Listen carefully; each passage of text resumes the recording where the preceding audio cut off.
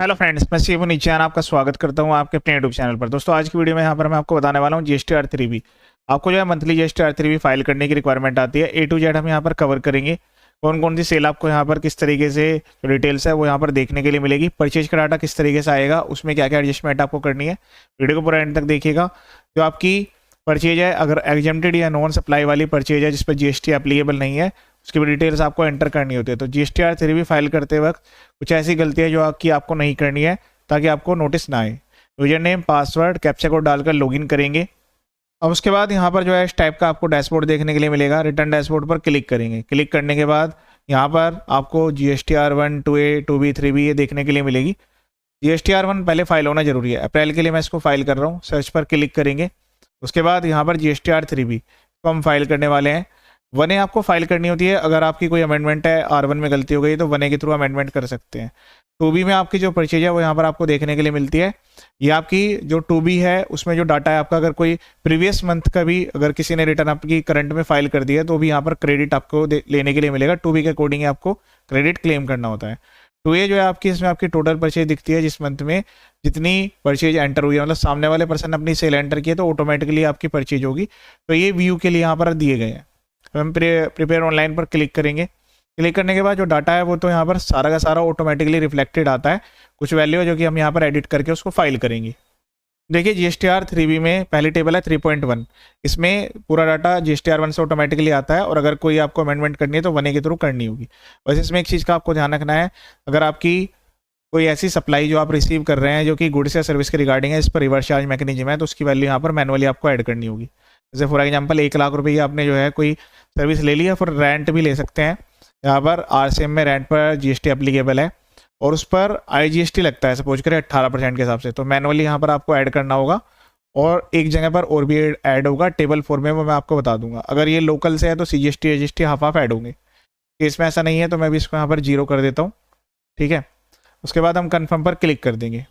Click करने के बाद अब यहाँ पर हमारे पास नेक्स्ट टेबल आएगी 3.1.1। ये ई कॉमर्स सप्लायर के लिए है। 3.2 में जो भी डाटा है वो फिक्स है, इसमें कुछ भी आप एडिट नहीं कर सकते हैं। इसके बाद नेक्स्ट इंपॉर्टेंट टेबल है टेबल नंबर 4, ITC एलिजिबल। इसको हम यहाँ पर जो है डिटेल्स एंटर करते हैं। इसमें जो डिटेल्स हैं वो ऑटोमेटिकली रिफ्लेक्ट आती है। हमें जो डिटेल्स एंटर करनी होगी वो रिवर्सल के रिगार्डिंग करनी होगी। Import of goods, import of service, उस पर IGST लगता है, उसकी डिटेल्स यहाँ पर ऑटोमेटिकली आ रही होगी। मैंने आपको भी रिवर्स चार्ज की लायबिलिटी बताई है, वो यहाँ पर आपको जो क्लेम करना है टैक्स, इनपुट टैक्स क्रेडिट, क्योंकि सेम मंथ में वो मिल जाता है, वो यहाँ पर आप एंटर करेंगे IGST या फिर CGST IGST जो भी है। अगर ISD से आपने इन्वर्ट सप्लाई रिसीव किया है तो उसका ITC यहाँ पर ऑटोमेटिकली आएगा। उसके अलावा आपका टोटल अदर ITC भी यहाँ पर आपको देखने के लिए मिलेगा। अगर इसमें कुछ इनएलिजिबल ITC है जो कि आप क्लेम नहीं कर सकते या फिर आपको पार्शियली रिवर्सल करना है रूल 38, 42, 43 के अकॉर्डिंग या सेक्शन 17 सेक्शन 5 के अकॉर्डिंग, तो परमानेंट रिवर्सल वाला ITC आपको यहाँ पर दिखाना है, डायरेक्ट यहाँ से लेस नहीं करना है। कोई ऐसा अदर ITC है जो कि अभी आप यहाँ पर रिवर्स करना चाहते हैं, जैसे 180 डेज के अंदर पेमेंट नहीं हुई तो अभी आप रिवर्सल कर रहे हैं, तो अदर्स में यहाँ पर आपको रिवर्सल करना होगा। नेट ITC जो यहाँ पर आएगा वो आपको क्लेम करने के लिए मिलेगा। फिर जिस मंथ में आप उसको रिक्लेम करेंगे तो वो वैल्यू आपको टेबल नंबर D में दिखानी है। टेबल नंबर D जो आपकी यहाँ पर है, मतलब टेबल नंबर 4 का सब पार्ट D, तो इसमें जो डिटेल्स है वो केवल रिपोर्टिंग पर्पज के लिए है, इसका आपको ऊपर इफेक्ट नहीं मिलता। इसका जो सेकंड पार्ट है, मतलब 4D का सेकंड पार्ट जो है, इसमें इनएलिजिबल ITC सेक्शन 16 सेक्शन 4 की टाइम बार्ड ITC क्लेम है। नहीं, किसी ने अपनी रिटर्न जो है वो यहाँ पर 1 साल में उससे नेक्स्ट ईयर में 30 नवंबर तक फाइल नहीं की, तो उसके बाद अगर वो फाइल करता है तो ITC क्लेम करने के लिए नहीं मिलता। या फिर POS रूल के रिगार्डिंग अगर आपको रेस्ट्रिक्शन है, जैसे कि फॉर एग्जांपल होटल्स के केस में, या फिर उसके अलावा काफ़ी ऐसी सर्विस होती है जहाँ पर रेस्ट्रिक्टेड है, POS के अकॉर्डिंग जो ITC है वो आप क्लेम नहीं कर पाते हैं। डिटेल्स यहाँ पर एंटर करने के बाद कन्फर्म पर क्लिक करेंगे। उसके बाद टेबल नंबर 5, ये भी फाइल करना मैंडेटरी होता है अगर आपकी सप्लाई जो है एग्जेम्प्टेड रिलेटेड टाइप की है, तो या फिर आपने किसी कंपोजिशन पर्सन से परचेज कर ली, तो वो जो परचेज है वो टेबल नंबर 5 में आती है। काफ़ी सारे पर्सन टेबल नंबर 5 को इग्नोर कर देते हैं। अगर आपने दूसरे स्टेट से सप्लाई रिसीव की है उसकी वैल्यू यहाँ पर एंटर होगी, और नॉन GST को तो सेपरेटली अलग ही किया गया है।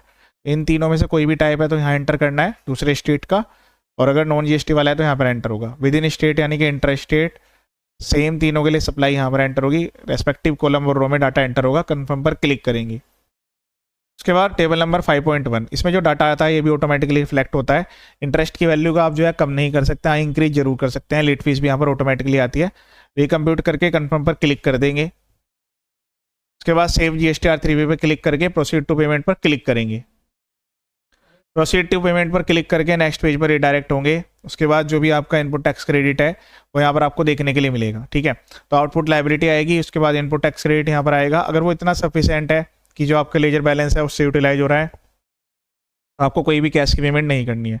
लेकिन अगर ये वैल्यू यहाँ पर इनपुट टैक्स क्रेडिट कम आ रहा है तो फिर आपको पहले चालान जमा करना पड़ेगा। क्रिएट चालान करके चालान पेमेंट का सेपरेट वीडियो मेरे यूट्यूब चैनल पर अवेलेबल है। अभी यहाँ पर जो है सफिशिएंट ITC अवेलेबल है, तो मेक पेमेंट वाले ऑप्शन पर क्लिक करना है, यस पर क्लिक कर देना है। ITC यहाँ पर सेट ऑफ होगा।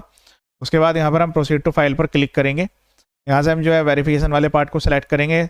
यहाँ पर पर्सन को सिलेक्ट करते हुए रजिस्टर्ड मोबाइल नंबर पर OTP सेंड करेंगे, जो कि यहाँ पर EVC वाले ऑप्शन पर क्लिक करके जाएगा। उसके बाद OTP डालकर यहाँ पर वेरीफाई पर सबमिट कर देना है। इस तरीके से आपकी GSTR3B फाइल हो जाएगी।